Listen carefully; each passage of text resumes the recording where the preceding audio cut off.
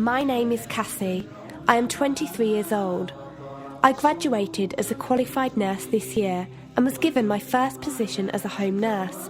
My patient was an English gentleman in his early 80s who suffered from Alzheimer's. In the first meeting, the patient was given his record, and from it I could see that he was a convert to the religion of Islam, therefore he was a Muslim. I knew from this that I would need to take into account some modes of treatment that may go against his faith, and therefore try to adapt my care to meet his needs. I bought in some halal meat to cook for him and ensured that there was no pork or alcohol in the premises, as I did some research which showed me that these were forbidden in Islam. My patient was in a very advanced stage of his condition, so many of my colleagues could not understand why I was going through so much effort for him. But I understood that a person who commits to a faith deserves that commitment to be respected, even if they are not in a position to understand. Anyway, after a few weeks with my patient, I began to notice some patterns of movement. At first, I thought it was some copied motions he'd seen someone doing, but I saw him repeat the movement at particular times, morning, afternoon, evening. The movements were to raise his hands, bow, and then put his head to the ground. I could not understand it. He was also repeating sentences in another language. I couldn't figure out what language it was as his speech was slurred, but I know the same verses were repeated daily. Also, there was something strange. He didn't allow me to feed him with my left hand. Somehow I knew this linked to his religion, but didn't know how. One of my colleagues told me about Paltalk as a place for debates and discussions. As I did not know any Muslims except for my patient, I thought it would be good to speak to someone live and ask questions. I went on the Islam section and entered the room True Message. Here I asked questions regarding the repeated movements and was told that these were the actions of prayer. I did not really believe it until someone posted a link on the Islamic prayer on YouTube. I was shocked. A man who has lost all memory of his children, of his occupation, and could barely eat and drink, was able to remember not only actions of prayer, but verses that were in another language. This was nothing short of incredible, and I knew that this man was devout in his faith, which made me want to learn more in order to care for him the best I could. I came into the Paltalk room as often as I could, and was given a link to read the translation of the Quran and listen to it. The chapter of the bee gave me chills, and I repeated it several times a day.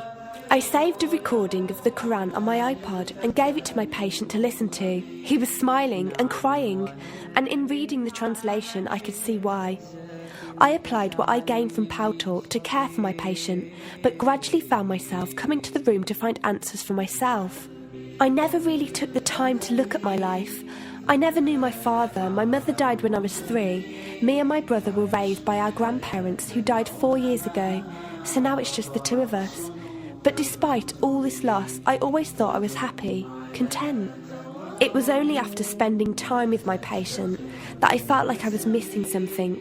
I was missing that sense of peace and tranquility my patient, even through suffering, felt. I wanted that sense of belonging and a part of something that he felt, even with no one around him. I was given a list of mosques in my area by a lady on Paltalk and went down to visit one. I watched the prayer and could not hold back my tears.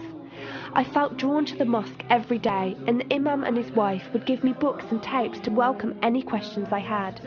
Every question I asked at the mosque and on Paltalk was answered with such clarity and depth that could do nothing but accept them. I have never practiced a faith, but always believed that there was a God. I just did not know how to worship him. One evening I came onto Paltalk, and one of the speakers on the mic addressed me. He asked me if I have any questions. I said no. He asked if I was happy with the answers I was given. I said yes. He then asked what was stopping me accepting Islam. I could not answer. I went to the mosque to watch the dawn prayer. The imam asked me the same question. I could not answer. I then went to tend to my patient. I was feeding him, and as I looked into his eyes, I just realised he was brought to me for a reason, and the only thing stopping me from accepting was fear. Not fear in the sense of something bad, but fear of accepting something good and thinking that I was not worthy like this man. That afternoon I went to the mosque and asked the imam if I could say my declaration of faith, the Shahada. There is no God except Allah. Muhammad is Allah's messenger. He helped me through it and guided me through what I needed to do next. I cannot explain the feeling I felt when I said it. It was like someone woke me up from sleep and sees everything more clearly. The feeling was overwhelming joy, clarity, and most of all, peace. The first person I told was not my brother, but my patient. I went to him, and before I even opened my mouth, he cried and smiled at me. I broke down in front of him. I owed him so much. I came home and logged on to Paltalk and repeated the Shahada for the room. They all helped me so much, and even though I had never seen a single one of them, they felt closer to me than my own brother. I did eventually call my brother to tell him, and although he wasn't happy, he supported me and said he would be there. I couldn't ask for any more. After my first week as a Muslim, my patient passed away in his sleep while I was caring for him. Inna lillahi wa inna ilaihi raji'un. He died a peaceful death, and I was the only person with him. He was like the father I never had, and he was my doorway to Islam. From the day of my Shahada to this very day, and for every day for as long as I live, I will pray that Allah shows mercy on him and grant him every good deed I perform in the tenfold. I loved him for the sake of Allah, and I pray each night to become an atom's weight of the Muslim he was. Islam is a religion with an open door. It is there for those who want to enter it. Verily, Allah is the most merciful, most kind.